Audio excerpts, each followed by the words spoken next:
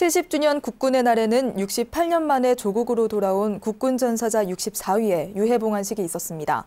국방뉴스에서는 국군 유해 송환의 의미를 돌아보기 위해 68년 만에 귀한 특별 기획을 마련했습니다. 오늘 그 세 번째이자 마지막 이야기를 함께 보시죠. 제70주년 국군의 날. 살아생전에는 조국을 사무치게 그리워했고 죽어서라도 조국에 묻히고 싶었던 64위의 영웅들을 맞이하는 행사가 서울공항에서 열렸습니다. 전사자께 대하여 받들어 총! 68년 만의 귀환. 그들이 돌아오기까지 어떤 사연이 있었던 것일까요?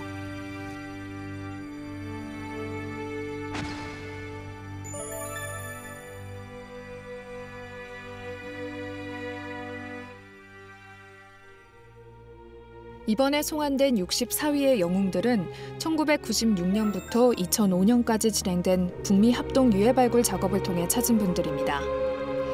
당시 미군이 유해 발굴을 한 곳은 함경남도 장진, 평안북도 운산, 평암남도 개천 지역으로 6.25 전쟁 당시 치열했던 격전지로 손꼽히는 지역입니다.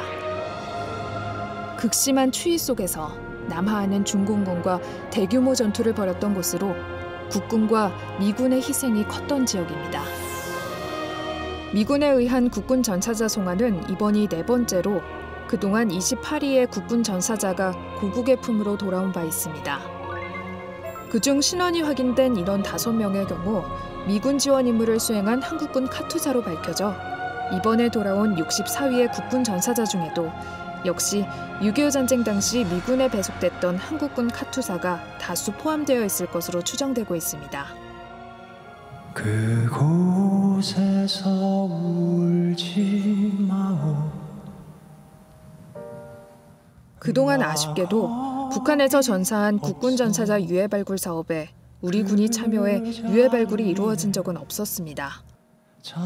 그런 의미에서 북한 지역에 남겨졌던 국군 전사자 유해를 확인하고 송환하게 된 이번 호국용사 64위의 봉환식은 의미가 남다릅니다. 우리 국군의 희생과 헌신이 없었다면 우리는 평화를 향해 단 한 발자국도 전진하지 못했을 것입니다. 잠든 게 아니라오.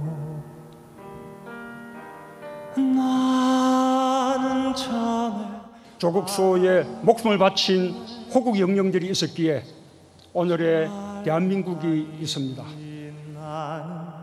눈빛 되어 나라를 위해 목숨 바쳐 헌신한 호국용사들의 유해 남아 그리운 가족의 품으로 돌려보내는 것은 국가가 마땅히 해야 할 최소한의 도리일 것입니다.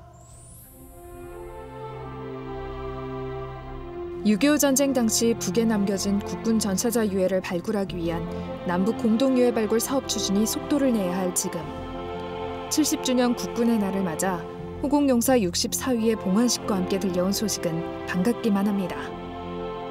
지난 남북 정상회담에서 있었던 남북 군사 합의에 따라 비무장지대 내 남북 공동 유해 발굴 사전 작업으로 강원도 철원 화살머리 고지에 지뢰 제거 작업이 시작됐습니다. 비무장지대 남북 공동 유해 발굴 사업 추진을 시작으로 북한 지역 내 국군 전사자 유해 발굴 사업도 확대해 가야 할 것입니다. 아직도 이름 모를 산하 어딘가에 외롭게 누워있을 호국용사들을 기억합니다.